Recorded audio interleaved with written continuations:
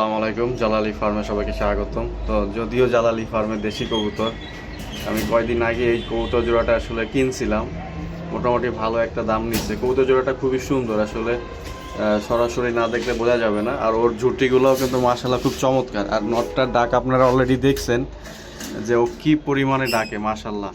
দেখেন এই যে দুইটারই কিন্তু মাশাআল্লাহ খুব সুন্দর জুটি। ও আজকে সকালে এসে দেখেন ডিম পাইরা দিছে, অলরেডি একটা ডিম পারছে। মাত্র 3 দিন হইলো আমি কবুতর জোড়াটা কিনছি, আর তার ভিতরেই হচ্ছে কবুতর জোড়াটা ডিম পাইরা দিছে।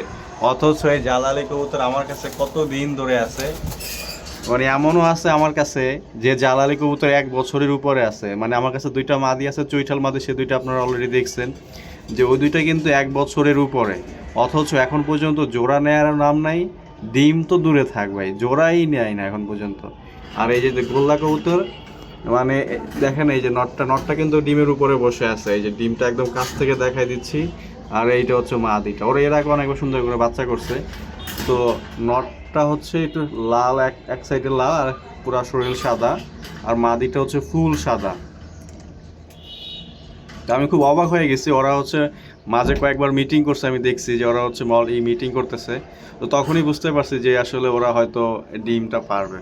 তো আলহামদুলিল্লাহ, কবুতর জোড়ার জন্য দোয়া করবেন সবাই। মানে এটাই হচ্ছে খাঁচার ভিতরে প্রথম যে কবুতর আনার পরে জোড়া নিয়ে দ্রুতই ডিমটা পারলো। আসলে এই খাঁচার ভিতরে এখন পর্যন্ত আমি একবারও ডিম বাচ্চা করাইতে পারিনি। আমার প্রায় 11,500 টাকা খরচ হয়েছে খাঁচা বানাইতে। এবারই প্রথম যে খাঁচার ভিতরে জোড়া করছে, এবং আলহামদুলিল্লাহ আমি চেষ্টা করব যাতে এই জোড়া থেকে বাচ্চা ফোটে ইনশাল্লাহ। তো দেখেন নটটা, এই যে নটটা খুব ভালো ডাকে, এই যে মাশাআল্লাহ ডিমটা। দোয়া করবেন সবাই। আর কবুতর আগামী সপ্তাহে আসবে অনেকগুলো, যার যে কয় পিস লাগে দেওয়া যাবে। ধন্যবাদ সবাইকে।